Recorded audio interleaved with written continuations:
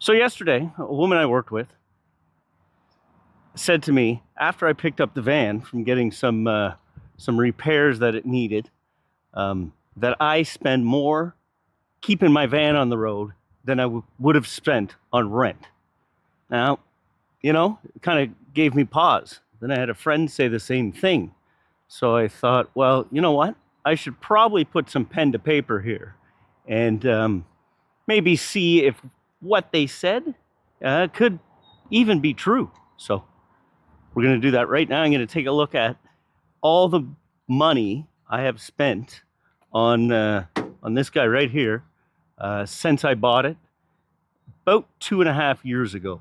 I've been living in it full time for 2 years. It's a GMC 2016 GMC Savannah 2500, and yeah, trusty vehicle. I'll give you a breakdown of what I've spent on repairs, and I don't know. Let me know if you think that's too much. Maybe just if you're thinking about getting into this kind of lifestyle, what you could be looking forward to, I guess, in keeping your vehicle running well and on the road. All right. So as I say, we just got this guy back from the shop yesterday. Wanted to make sure everything was running tight. We're off to Ontario from Nova Scotia here in a few days. So I just want to make sure everything is tip-top. Air conditioner needed some work.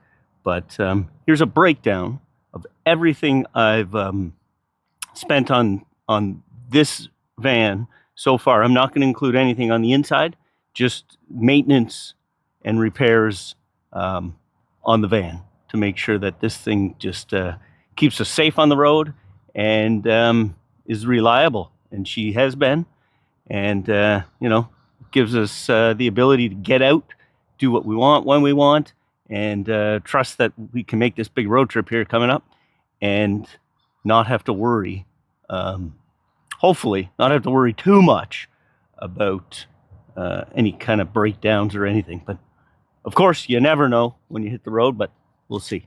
So just wrote everything down here really quick.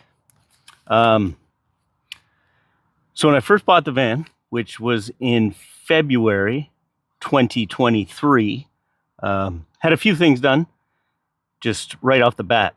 Found a new mechanic, and I really like the guy. I've been with him ever since, which is key. Finding a good mechanic you trust and that can do the work. So my first visit in, I spent about $1,200.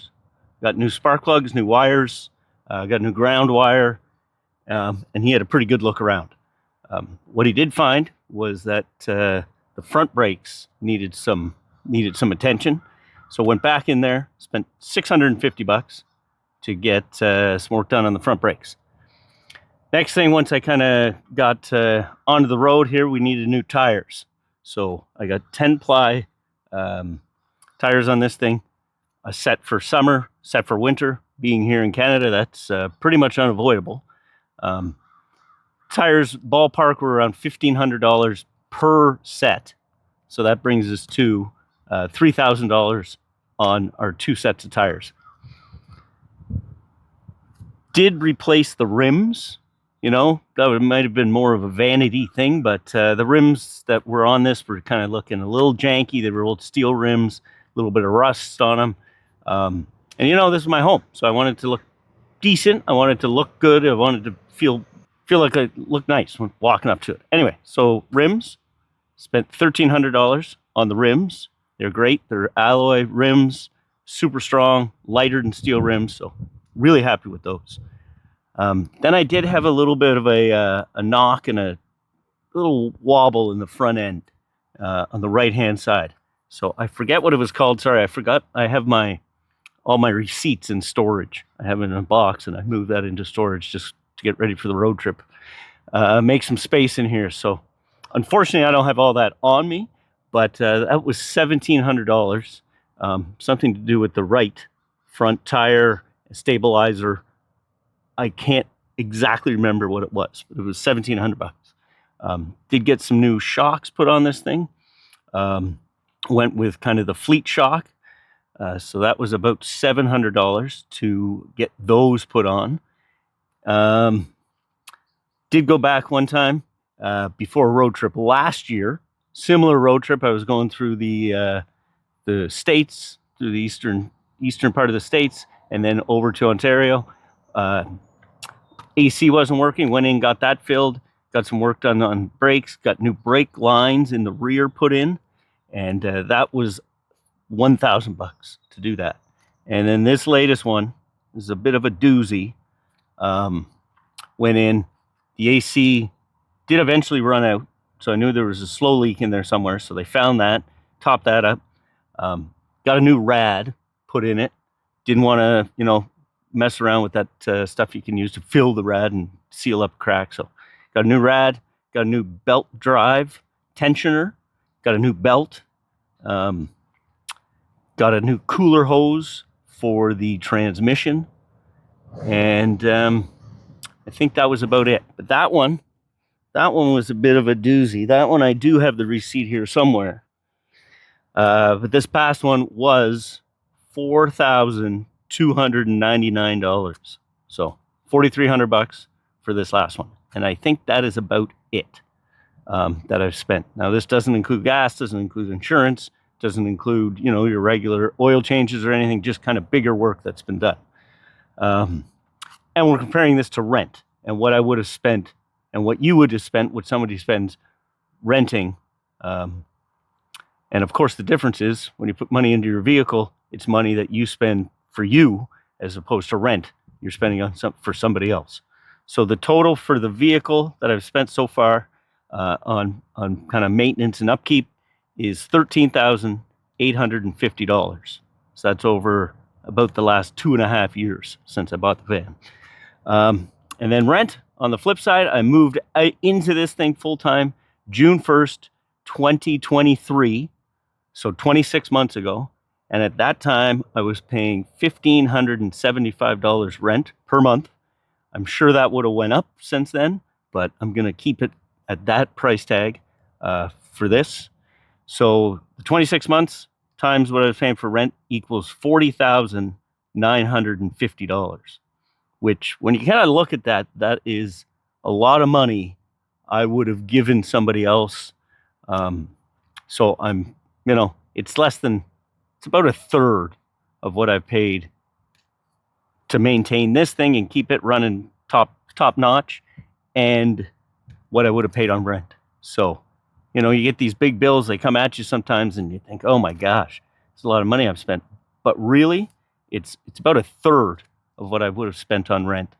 Of course, there could be bigger repairs in the future, but saving all that money on rent allows me to be able to put the money into the vehicle to make sure it's running well. As I say, it's a 2016, so some of the parts on here are getting old, and they do need to be replaced if you want this thing to last. There are Band-Aid solutions for some of this stuff, and at this point, I'm not willing to do those. Maybe some years down the road when this thing's getting a little older, I'll look at doing those type of repairs where, we're just kind of keeping this thing on the road. But right now, I want this thing to be running well. I mean, out here on the East Coast, we get, a lot of this cloudy weather, a lot of mist, a lot of salt in the air. There's a lot of rust. The owners before me weren't great at keeping this thing rust-proofed.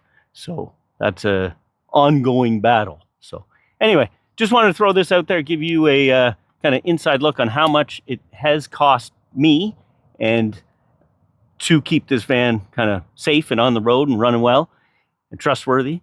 And yeah, let me know if this is too much, too little, or let me know what you think. And if you're looking at buying a van and kind of getting into this or a vehicle, I mean, that is a cost, but when you weigh the one to the other, I mean, $13,850 compared to $40,950, I'm happy with this decision here to move into this vehicle. So I'm going to leave it here on this one. I think the next one will be kind of hitting the road. I got a good chunk of time off work and getting this road trip planned out from here, where final destination will be a few different spots in Ontario. and making some stops in between. So should be a lot of fun. Looking super forward to it. Got a cool start to the road trip for a couple days. We'll get into that on the next one. So guys, thank you very much. I'm Rob. This is Alma kicking around here. I'm just on my way into work for the day. We are Haken We, and we'll see you on the next one.